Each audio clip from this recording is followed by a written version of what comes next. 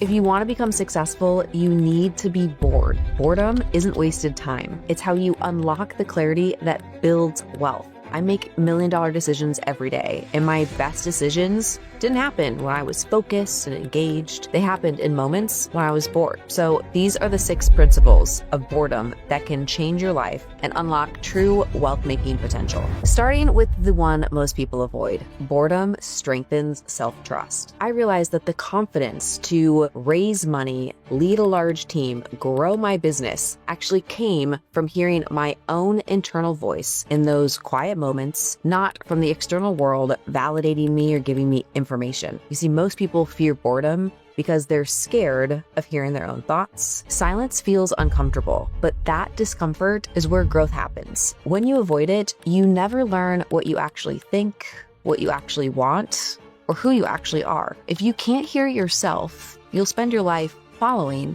instead of leading. You'll make decisions based off of what everyone else thinks instead of what you know is right. Self-trust doesn't come from external validation. It comes from listening to yourself enough times to know that you can trust you. Boredom is where that trust is built. The best way to practice this is to avoid pulling out your phone at every moment of silence. I don't care if you're in the waiting room at a doctor's appointment or if you're at a networking event. Don't use your phone as a distraction to your own thoughts and a distraction to the environment that you're in. Just be there, be present, and figure out what you need to do in that moment to fight off your urge to be entertained and instead be present. That's how you build self-trust. One quiet moment at a time. Now, principle number 2 is something that most people get backwards. Stillness creates strategic thinking. Have you ever noticed how inspired you feel when you're taking a shower or driving somewhere? Every single day, my best ideas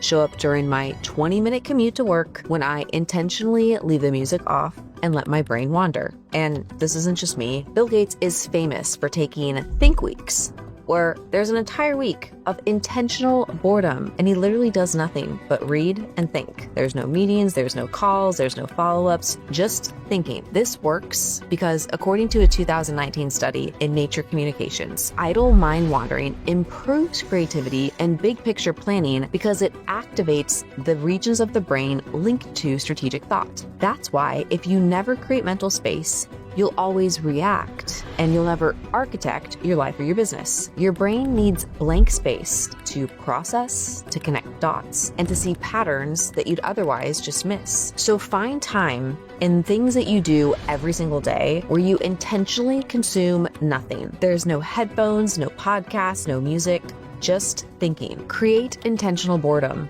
and watch your strategic thinking sharpen. Principle number 3 might be the most important one for long-term success. The brain needs recovery time to build discipline. I used to feel so busy all the time and really started to notice that I just wasn't getting anything done. I was making tiny progress on stupid little things instead of making massive movement towards my goals. And what I realized was I just thought I could squeeze everything into the day. I would schedule my day to have meetings at 7:30 in the morning and squeeze in 30-minute and sometimes even 15-minute increments, meeting after meeting after meeting after meeting to make all these decisions and push these things forward. Sure, lots of small things were getting done, but none of the big things were getting done. And I felt frazzled. I felt disconnected because it was just a bunch of stuff happening. And when you start to feel this way, you have to recognize you're not giving yourself the space to make the work that needs to get done a priority. And the science supports this. Neuroscientists at Stanford found that overstimulation reduces the brain's ability to regulate impulses and even make long-term decisions. So in other words, constant noise makes you impulsive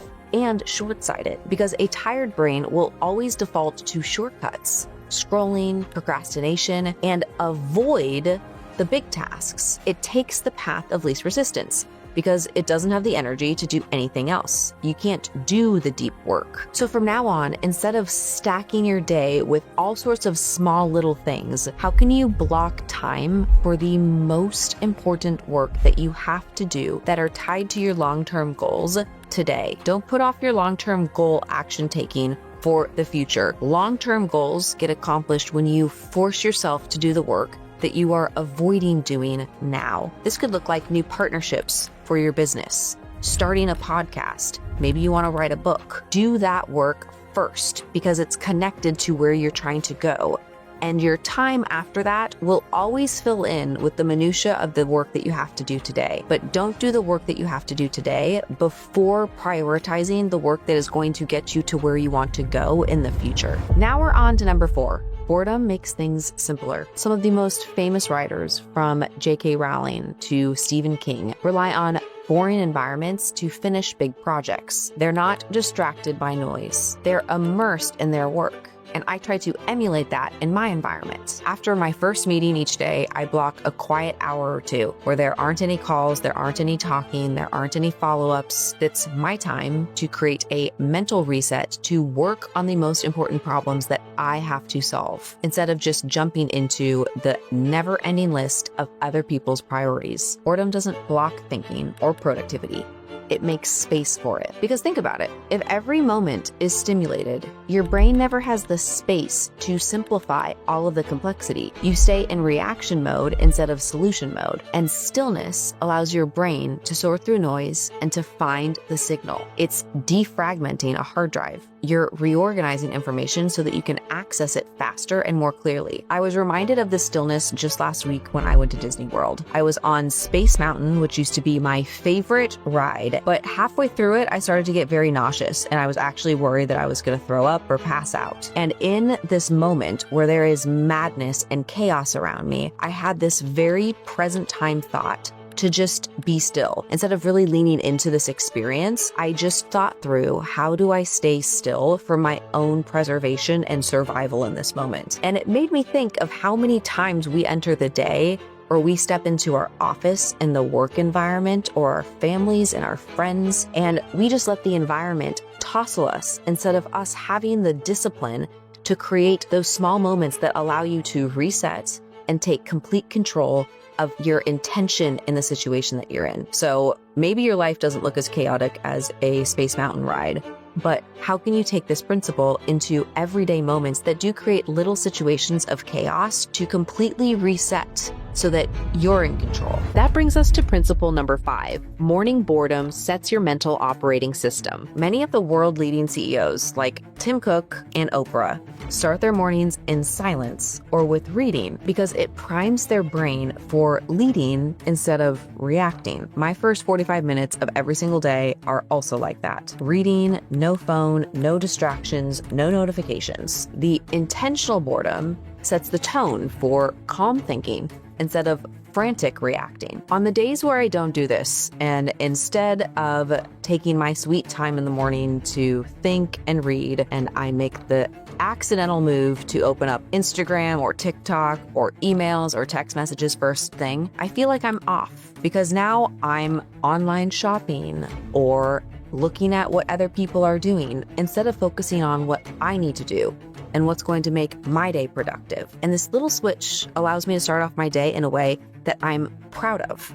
I'm really proud that I do something to enrich myself before I meet the demands of my environment. The needs will be met in my environment, but I'm willing to wait until 8 a.m.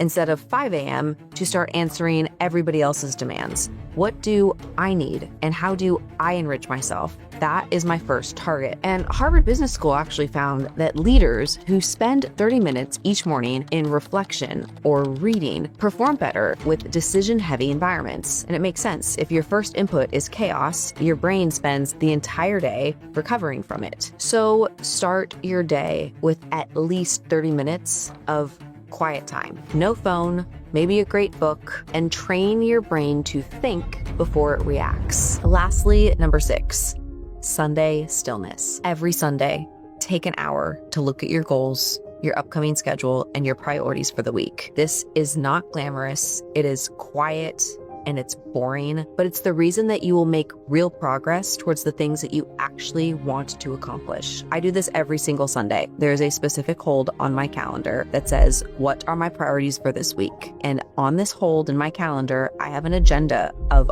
all of the things that I told myself at the beginning of the year I was going to accomplish. So it aligns my future goals with where I am planning my time for this week. And when I look at my week, I actually make time and create space for me to start achieving those goals. This goes back to point number 5. When you know what your goals are and you align where your time is being spent at the beginning of the week proactively to make progress on those goals, you will actually be proud of yourself at the end of the year. You'll be proud of who you've become because work always fills the time that you give it. So you might as well give it as little amount of time for what you need to get done today and maximize for the work that you need to get done in order to set yourself up for the future. A study in organizational behavior and human decision progress showed that weekly planning boosts goal achievement by 40%. That's not a small number.